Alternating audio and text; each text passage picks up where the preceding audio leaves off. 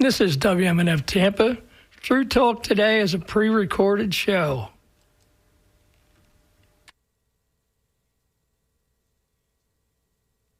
So you're going to be just listening to me. We are going to have a very, very interesting show today. We're going to be talking to Masoud Hayyoun. He is an American Arab Jew, and he is the author, When We Were Arabs, A Jewish Family's Forgotten History. It's a fascinating book that I just finished reading, and I can't wait to talk to Masoud. So I asked Masoud to send me songs to play today. So he sent me this song that I have listened to several times. It's by Lili Bonishi. I hope I'm pronouncing the name correctly. He is Algerian, also Jewish. And the song is Ana fil Hub. I had no idea when I was listening to this song that this beautiful, amazing love song was by an Algerian Jew. This is True Talk on WMNF 88.5 FM. If you are on Twitter, you can follow us there live. This is the song Fil Hub.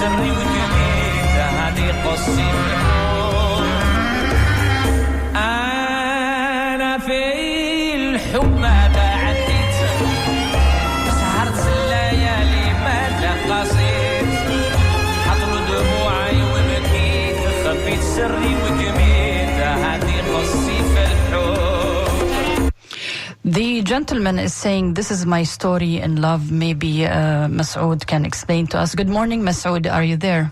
Good morning. It's a pleasure to join you. It's my pleasure, Masoud. It is always wonderful to read a book and then to be able to talk to the author and ask all the questions that we as readers would love to ask you, because I know that no matter what, there are more things that you would love to talk about, but the books are limited. Let me just introduce you, Masoud, again to our listeners. This is Masoud Hayyoun. He's a journalist based in Los Angeles. He has reported for Al Jazeera English, Pacific Standard, Anthony Bourdain's Parts Unknown Online, The Atlantic, Agence France Presse, and the South China Morning Post. He speaks and works in 5 languages. And you won the 2015 EPI Award. I'm suspecting you speak English, French, Arabic, Hebrew. What else? None of those languages fluently, I'm going to be honest. Not a single one. Okay. Just a shakshuka of all of the above, basically. But you do know salam, shalom, peace, stuff like that. Yeah. Okay. So I want to tell our listeners that this is the book, When We Were Arabs, A Jewish Family's Forgotten History. Of course, I, who grew up in the Arab world, I knew later, in my later years, I think when I lived in Egypt, Masoud, that there were and there are Egyptian Jews, and they still live there. And when I was much older, a few, maybe 10 or 20 years ago, I was able to visit the synagogue in Egypt, which is a beautiful, beautiful synagogue. And the lady who is responsible, I think, is a female. But I want to ask you, Masoud, why did you write this book? We are used in the West to know that, Arabs are only Muslims, and there is a small persecuted minority of Christians. And there was some period of time Jews, but the Arabs kicked them out. So why did you write this book?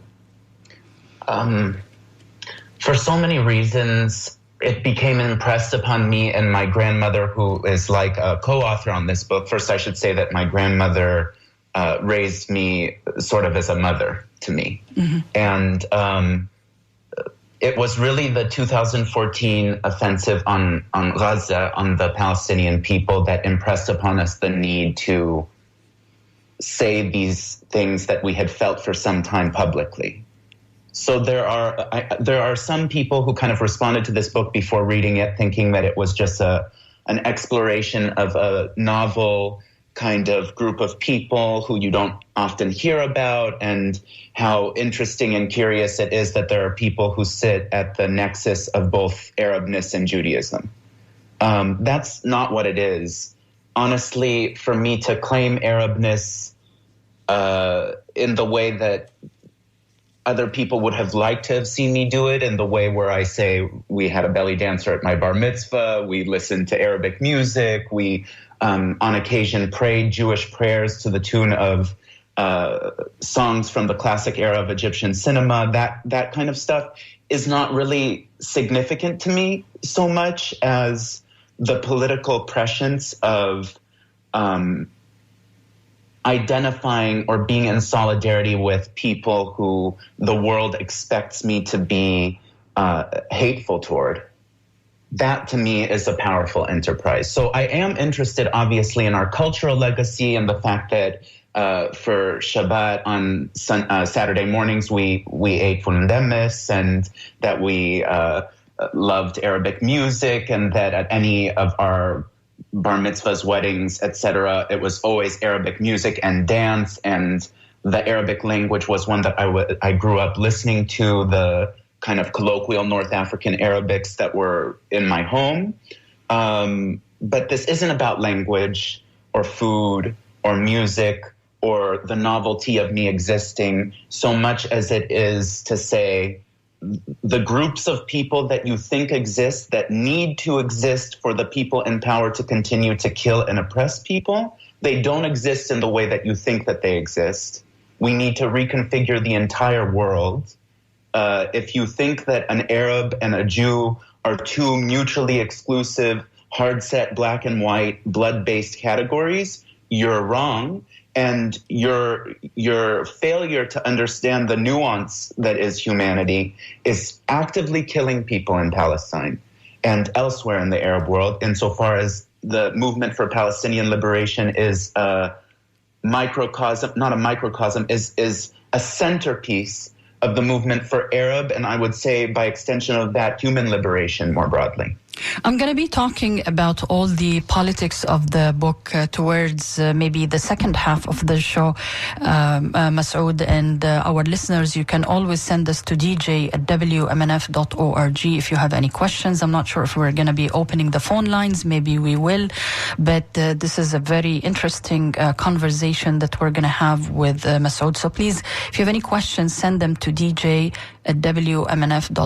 And again, we are live on Twitter if you want to follow through my handle name, which is Samar D. Jarrah. Before we go into these details, Masoud, I want the listeners to understand when, like, you're talking about, it's not about culture, it's not about music, it's not about only that, but it's more deeper, and we will get to this. But they need to understand, for instance, the major hero of this book, or the major character, or the central figure in your life too, as a human being, which is Oscar. So can you tell us a little bit about who Oscar is, and how did he live in Egypt before everything started to go sour? Absolutely. So Oscar Hayoun was my grandfather who raised me in Los Angeles as the only father that I ever had. And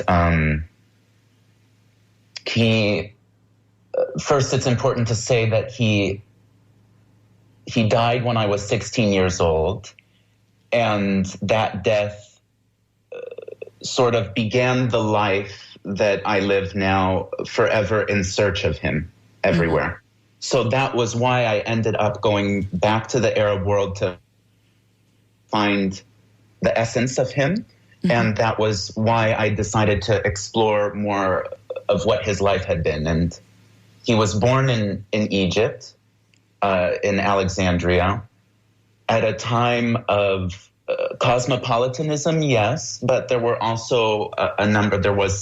It was a British protectorate.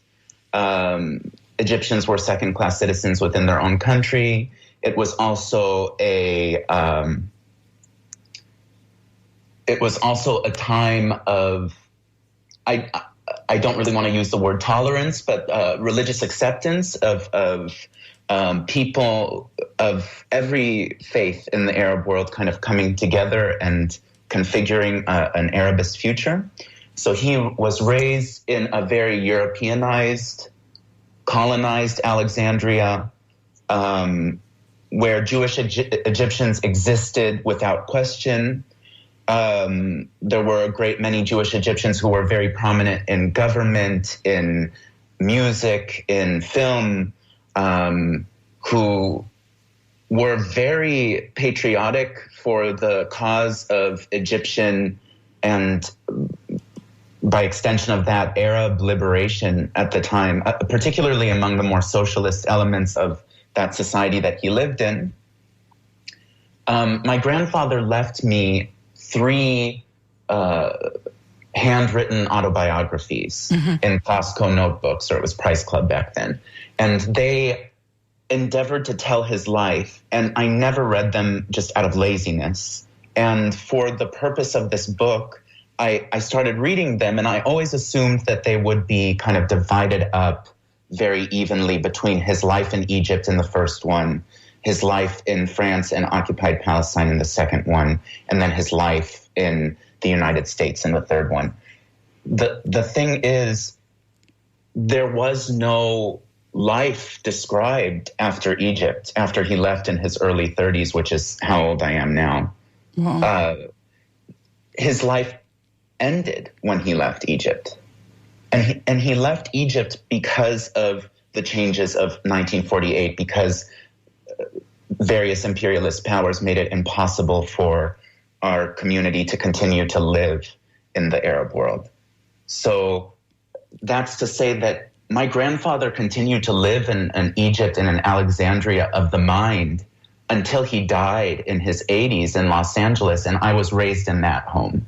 I was raised in a home that fed itself on recollections of what that Egypt and that Arab world, because my grandfather was partially of Moroccan origin. There were a lot of people from all over the Arab world and even the southern Mediterranean and Britain, of course, who were living in Egypt at the time.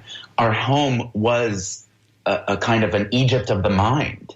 And I'll continue to live in that Egypt of the mind, mourning him after his death. If you're just joining us, this is True Talk on WMNF 88.5 FM, and I'm talking to Masoud Hayoun, who is the author of When We Were Arabs, A Jewish Family's Forgotten History, a fascinating book that I encourage you to read it.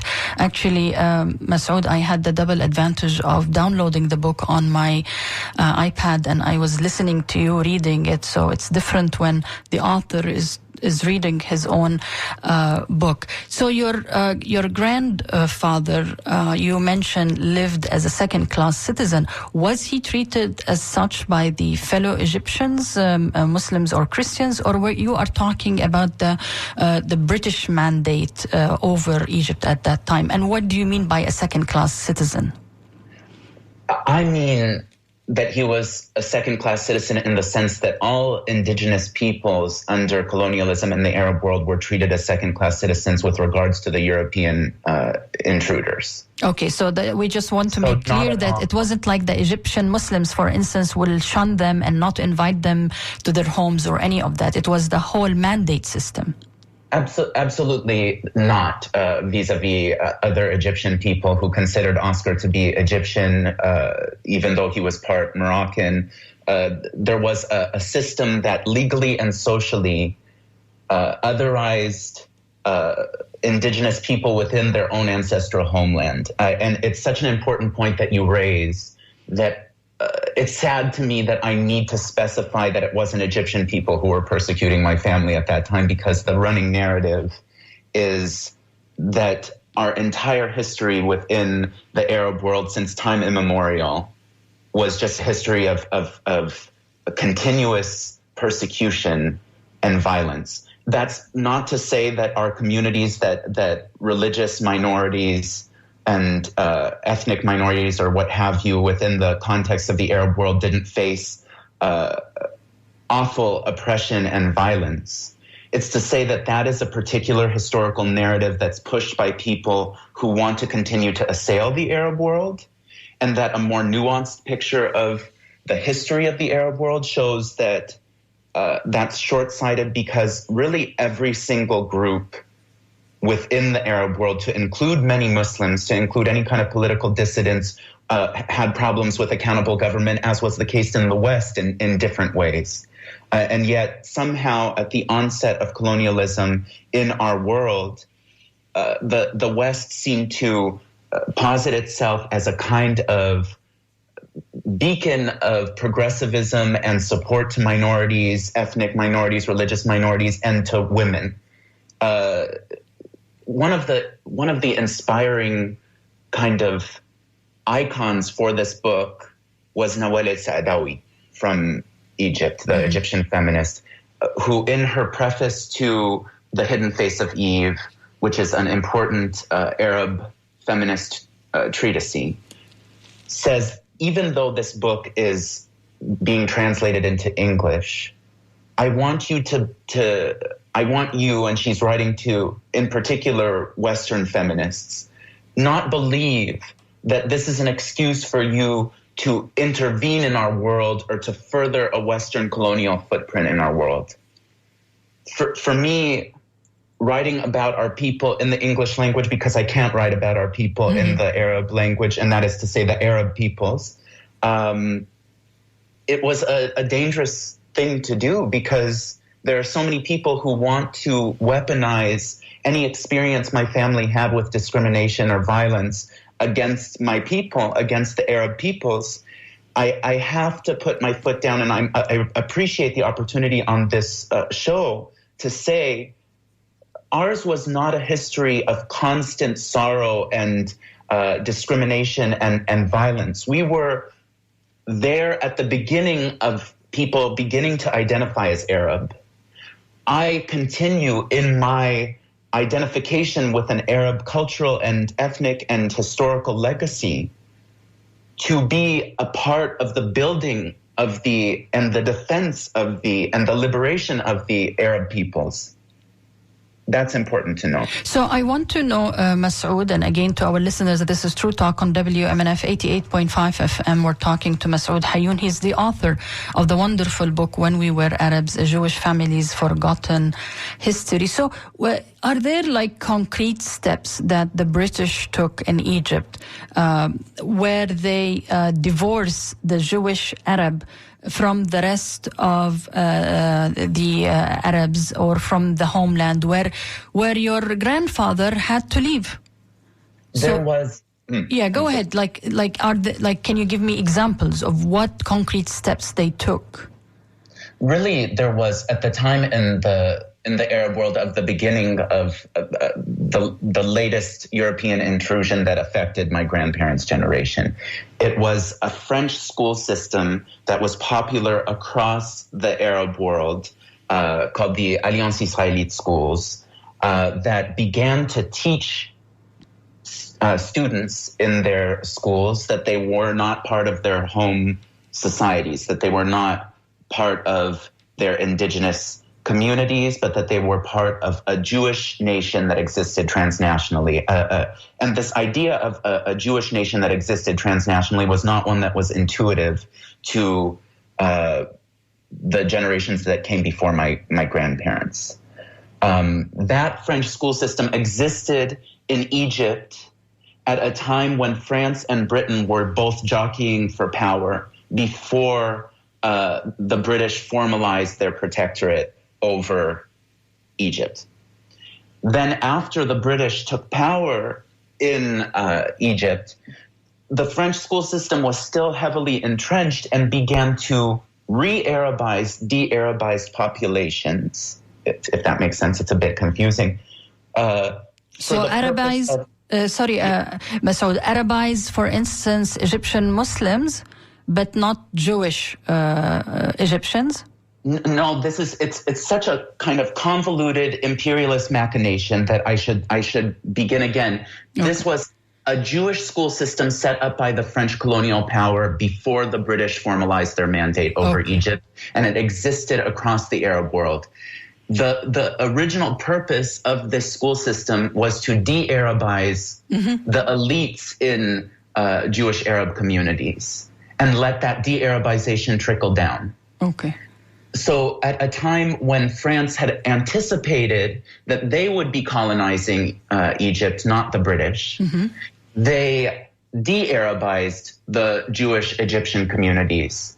They reversed that policy around the time of my grandfather's generation to Arabize them. And there are specific specific curricula, specific documents saying we want to reintegrate into mainstream, that is to say, non-Jewish Arab society, these Jewish Egyptian communities.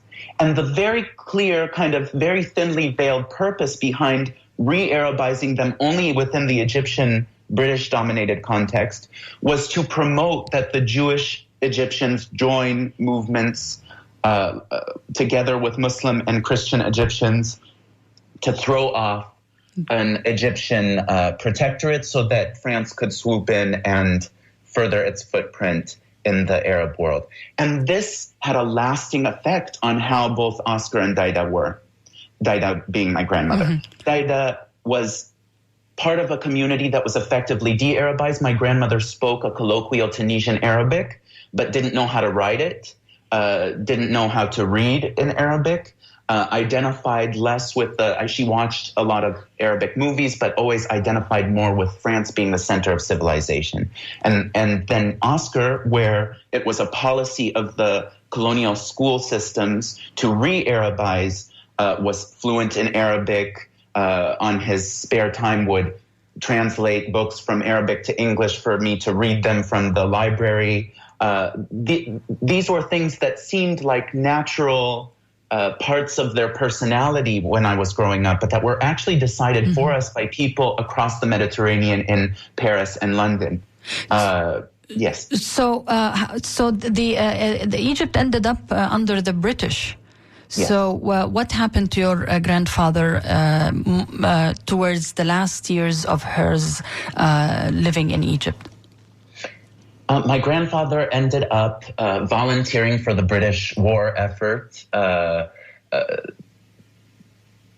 the time, really venerating the British in the kind of strange way that people with colonial mentalities end up half venerating and half resenting the people that they're considered to be secondary to. For example, I lived in Hong Kong for a period of time, and there were a lot of people who would describe this kind of strange feeling toward Britishness, that they resented the fact that under the British, there were huge swaths of Hong Kong and central district, for example, where if you were of Chinese ethnicity, you could only go there if you were a maid or a cook or a working class person. That was the same view that my grandfather had of the British, was that he wrote in his journals that he was looked down upon by these people who he was volunteering for some reason and working for unpaid for their war effort, because they had transplanted what was a fundamentally European conflict onto Egyptian soil. And at the same time, he venerated everything about them. He loved British films, British products, because the British had made themselves out to be a center of civilization and progress. Wow. It is so similar, Masoud, to what is going on and was going on and still is going on in the Arab world.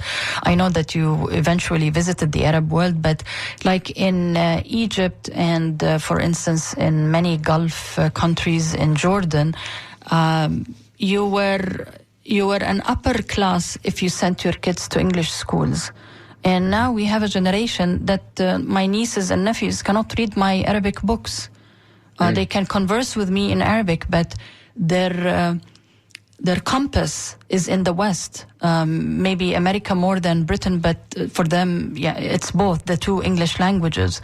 So this colonization has not stopped. It just changed gears, or at least these schools are still there. I want to shift to how he left and where did he go to and how he ended up in Palestine. And maybe what you can do is read an excerpt about him when he went to Palestine and found out he is dealing with stolen goods and lands. Mm-hmm. Would you like me to read that? Yeah. I have. Yes. Sure. So he left Egypt to France or to Palestine? It was the case that at the time that my family left around 1950, that you weren't allowed to go directly from Egypt to occupied Palestine, but that you could go through France. Okay. And there were kind of operatives who helped our family transition from a camp in southern France to Haifa. Okay. Can you read them? Yeah. Yes. The Hayyuns were living in a tent city, that is in occupied Palestine, about an hour and a half south of Haifa by bus, in a place called Bir Yaakov. They ate rationed food and awaited relocation to more permanent dwellings. Imagine me having nothing to do after a busy life in Egypt. It was not a life in this place, Oscar wrote. I used to roam around the villages in the company of a younger boy looking for citrus groves, picking sweet lemons and oranges. All the groves were owned by Arabs who had fled. These were ghost towns pillaged and still unsettled by the invaders. The Palestinians who had grown those fruits either slaughtered or made homeless before their harvest. So your father couldn't stay in occupied Palestine? He found no place for himself in the context of this society that had been envisioned as a kind of a European bastion in the East, on the ash heap of Palestinian civilization. So what did he think of Zionism? Did he talk to you about it, or did he write about it in his memoirs or the papers that he left you? Zionism as an ideology, my grandfather didn't really seem to... Oscar was not a political person, and he was an apolitical person out of fear, I think, more than anything else. And I think that was because when he left Egypt, the Egyptian government for a long time around the onset of Zionism was good about differentiating between Jewish Egyptians and Zionists. Mm-hmm. But at a certain point in time, and already by the time that Oscar and his family left, they dissolved the Egyptian citizenship of the Jews who left.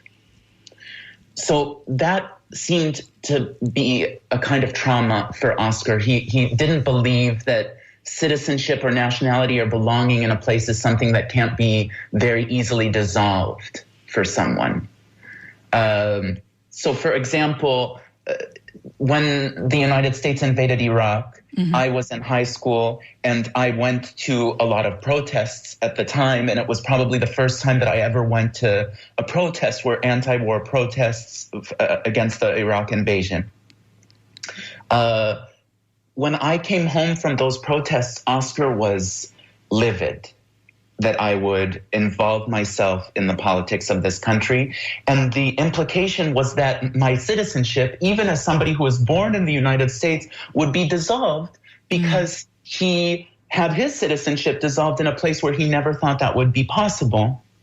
It's important to note at the same time that there were early Zionist operatives who had perpetrated terrorist attacks in Egypt that began to turn the local non-Jewish Egyptian population against Jewish Egyptians. I think it is known as the Lavon affair. People can Google Lavon affair, where bandits would go and blow up, I think, like American centers, like educational centers, and seem to blame it on Jews and Egyptians. And wasn't it something like that?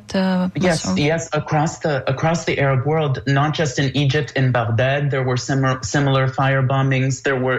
There were these incidents where local populations were being turned against Jewish populations actively without any concern for who would be targeted among local Jewish Arab populations. The point wasn't to uphold or preserve or protect Jewish lives within the Arab context. It was all in service of the occupation of Palestine. And it made it increasingly difficult for local administrations, for Arab administrations, to not view local Jewish communities with suspicion. That's not to say that my grandfather's citizenship should have been dissolved. It's to say that it seems to have been a very kind of cynical, calculated tactic of the Zionist operatives of this time to turn local populations against us, to make it impossible for us to continue to live in that context. And hoping that they will go and populate occupied Palestine after driving the people. But which is weird, because once your grandfather Oscar landed in Palestine, they sprayed him with DDT. So these who were like Eastern Jews were not treated kindly, were they? And still are not, I guess. Absolutely. And it's important to note that this isn't only something faced by Jewish Arabs. This is the DDT was sprayed on Eastern Jews, people who were considered Oriental Jews, the people who came from Russia and Eastern Europe. Eventually, because of Eastern Europeans like Golda Meir, who ended up being in power, they ended up being part of the upper crust. But when they first arrived, they were considered to be Oriental and backward Jews and were sprayed down with DDT. The history of anti-Jewish behavior on the part of the early Israeli government is one that's shared by both European and non-European Jewish communities. Just one colonial project with different names. Exactly. The important point of this book, that one of the things that I had hoped to do with this book was to show that even though the Zionist movement was one that was slightly different from the French colonial and British colonial movement, in that it showed the local Jewish communities that occupied Palestine would be the center of their future universes, as opposed to France and London. In practice, it was a continuation of that legacy, because it divorced us from our home communities. We were no longer able to see ourselves as one people together with the rest of Tunisian, Moroccan, Egyptian people, we were taught that we were another people, where that didn't exist in our histories. For example, I talk about in Daida, my grandmother's community in Tunisia, there were several kind of very bitter divisions between Jewish communities that lived within the Tunisian context. There were people who came after the Spanish Inquisition, and there were people from Livorno, Italy, who the Tuensa, which is what we called ourselves, Tunisian Jewish people who had been there since time immemorial, considered not even to be real Jews because they resembled Europeans too much. Their practice of Judaism in our minds looked too much like Christianity to have been anything like our Judaism. Of course, I don't believe that. I believe that there are many ways of practicing Judaism. But it's to say that the idea that this European school system pushed of a transnational Jewish people that had always lived under oppression and that needed to return to an idea of biblical Canaan that exists in a spiritual and not really a physical realm for us was not one that was intuitive or natural to Oscar and Daida and the people before their generations. It's one that needed to be taught to them over a series of generations, and that there were very specific policy documents, first in the French and British colonies, and then in the Zionist occupation, the European Zionist occupation of Palestine, that wanted them to slowly forget over time, over generations, that we had ever had any competing identity with our faith. Actually, Masoud, there is one French document that you mentioned. The name escapes me. Do you remember what it is? Maybe our listeners can Google it and see to what extent the French went into how much they played and created class and division among not only the Jewish people, but especially about the Jews of the Arab world. Do you remember the name of this? It escapes me in your book. Absolutely. It's the Alteres-Cohen document, the first Jewish French dignitaries to go to Algeria.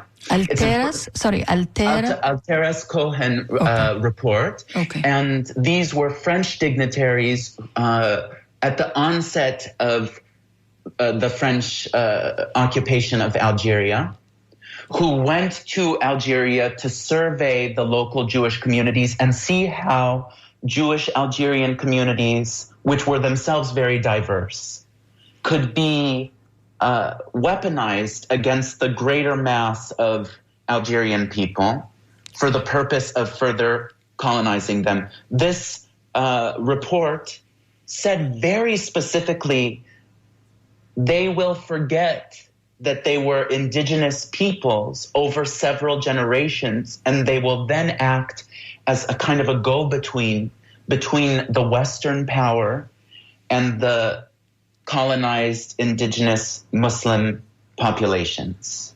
Wow. And then it extrapolated from that to say, we're looking at furthering our footprint in other Arab communities, in other Arab nations throughout the Arab world. And there are other important Jewish Arab communities there as well. They mentioned specifically Egypt, that they're looking at colonizing Egypt and that they could weaponize the very influential Jewish Egyptian communities in Alexandria, Cairo, Mansoura, to take over those communities. In Baghdad, they're looking at enlarging their footprint by taking the Jewish community and weaponizing them. It's important to note that at this time in French history, the Jewish French communities had themselves just been emancipated.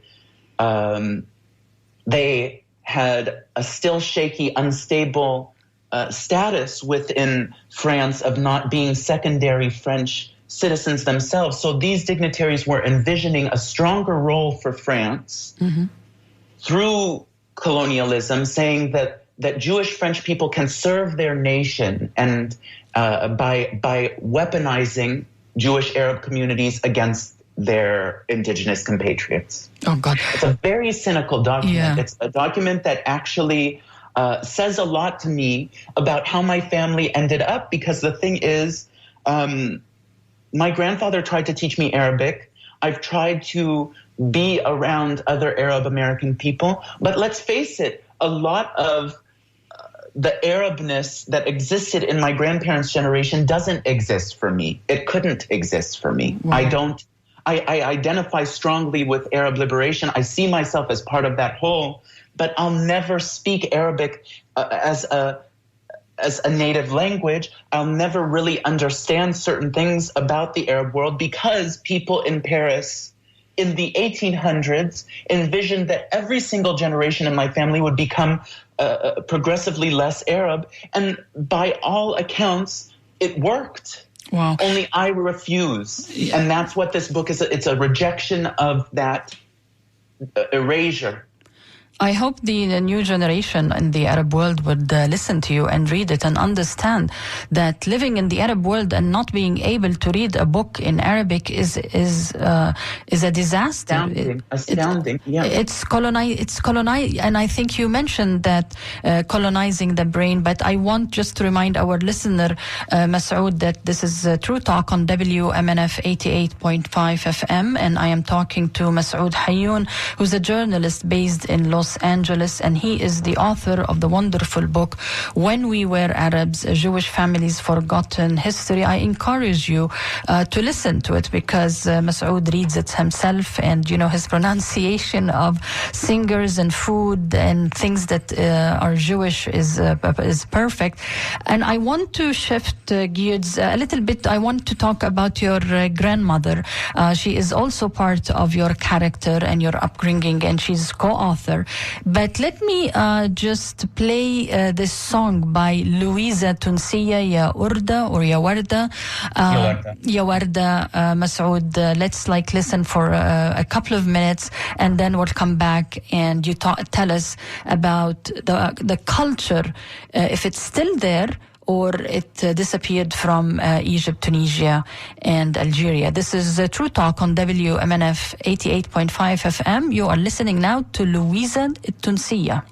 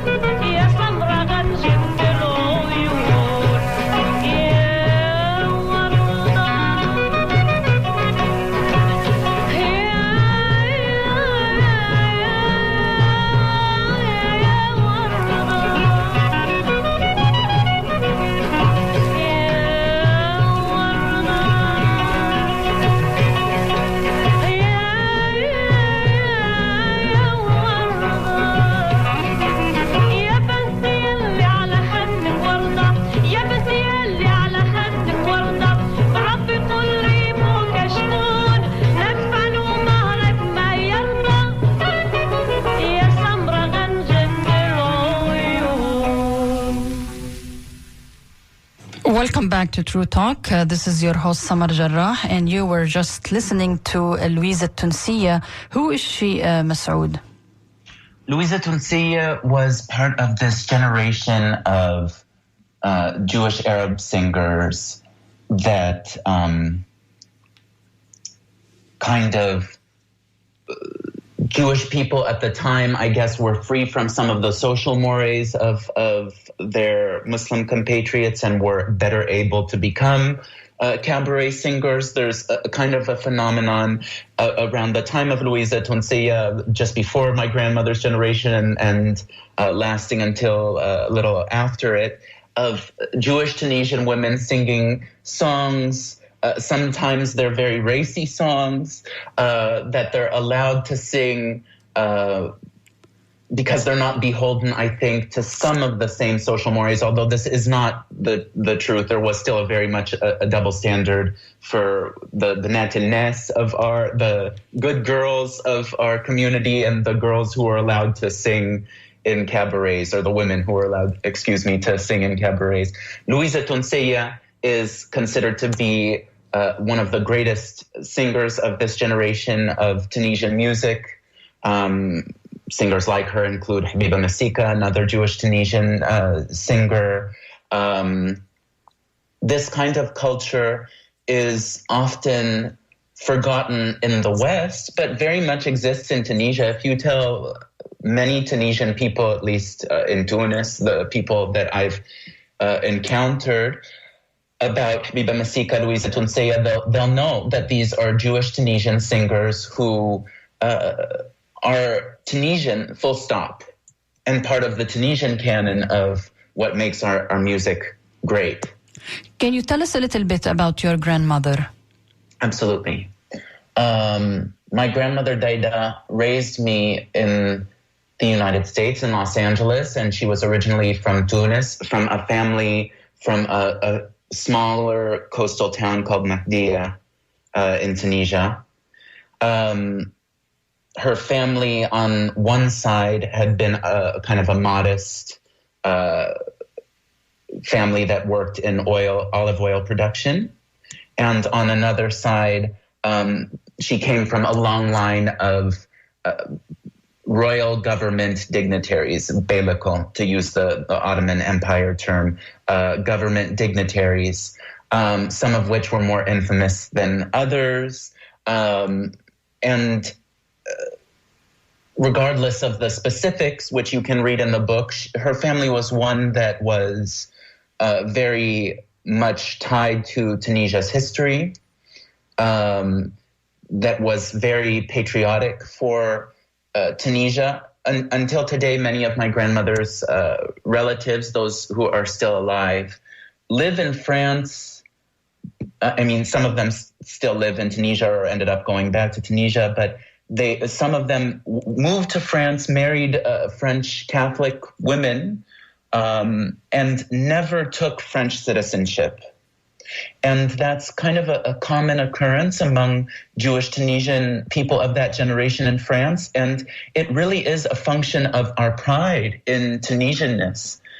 Also, the Ghriba synagogue, the famous synagogue in Jarrah on an island off the coast of Tunisia, is really the centerpiece of our Judaism.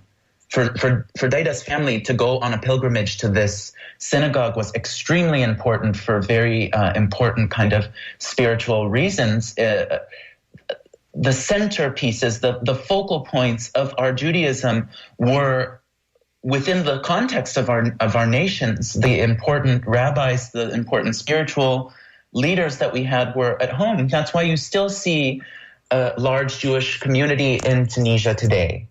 Is that it is not even just important to us out of patriotism, it is spiritually significant to us.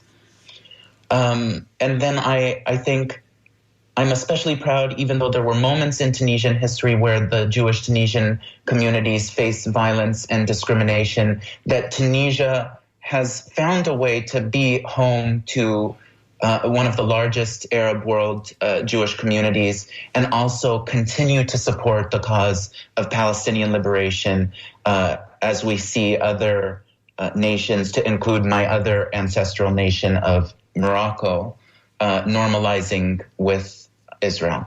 This is an NPR, this is the WMNF 88.5 FM, and we are talking to Masoud Hayyoun, the author of When We Were Arabs, a Jewish Family's Forgotten History.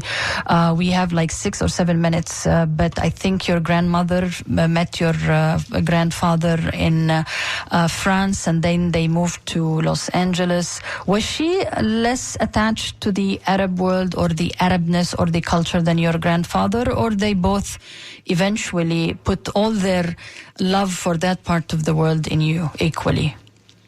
I think for her it was difficult. I think for the reasons that I described earlier, there were specific policies within Jewish communities in both Tunisia and Egypt that drove them in different directions. Oscar was moved further by policy to re-Arabize, to watch Arabic films, to speak perfect Arabic, several dialects of Arabic, and identify more with an Egyptian and a Arab cultural and national legacy. She did identify very much. She identified to a lesser degree because of the enforced de-Arabization of Jewish Tunisian communities. But the Tunisianness of Daida was something that even over the course of generations, even with the policies as put out by Alteris and Cohen, she still ended up hearkening back to that. That was always very much who we were. It was just that it was more greatly impressed upon her community that you had to hide that if you wanted to be a bourgeois person in the imperialist world that we live in. Tell me, Masoud, about your visits to the Arab world. I was a reporter very briefly for, not very briefly, for several years for Al Jazeera America, and then when that closed, for Al Jazeera English. Really, it was just a job. To be honest with you, I was very happy for the opportunities that I had with Al Jazeera, and I'm very grateful to them. But because I worked for Al Jazeera, kind of ironically, my former colleagues have told me it wouldn't be safe for me to go back to Egypt at this point. I hope that that's not true. I would hope to go back to Egypt at some point, but I do think that it's ironic that a Jewish Arab guy would be kind of classed as an Islamist person because having worked for Al Jazeera. So that's ironic and a little bit funny. So I went to Egypt one time long before I worked for Al Jazeera and didn't appreciate it as much as I should have if I would have known that because I took a job with Al Jazeera, I wouldn't be able to go back as easily. So that was my one experience with Egypt. And because I had a very difficult time emotionally going there without Oscar, I didn't end up going to Alexandria or seeing his street or visiting the graves of my ancestors or any of that. I very much hope to do that in the near future. How about I went to Tunisia? Yeah, 1 minute and a half. Yeah. Oh, please. To Tunisia after my grandmother died. This book is about me kind of grappling with the death of my grandparents and how Arabness makes them immortal for me. So I went back to Tunisia after my grandmother died and found people who really looked like her family and who treated us like family in that tiny, magnificent, exceptional nation that's still struggling for government accountability. I want to thank you so much, Masoud Hayyoun, the author of When We Were Arabs, a Jewish Family's Forgotten History, for being on True Talk. It was very nice of you to wake up. It's a great honor. To wake up this early in Los Angeles. Thank you, Masoud. Thank you, Ms. Jarrah. Thank you. So this ends our interview with Masoud. I hope you had enjoyed it. And I think on Twitter, for some reason, the people couldn't hear the conversation, but it is always on the archives of WMNF. You can go to WMNF.org, click on the schedule, and go to Friday and True Talk, and you will always find it there. Thank you so much for tuning in. Thank you for supporting WMNF, and thank you for supporting True Talk. I know next next month. We're going to be fundraising again soon, inshallah. And let me just play a little bit of this amazing song that I played in the beginning. People liked it.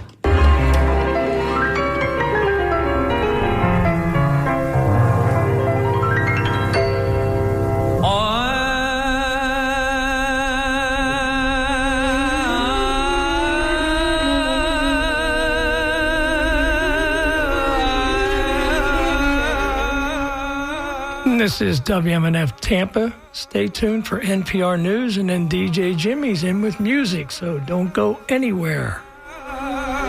Thank you so much for tuning in and for supporting WMNF. This is WMNF Tampa, NPR News.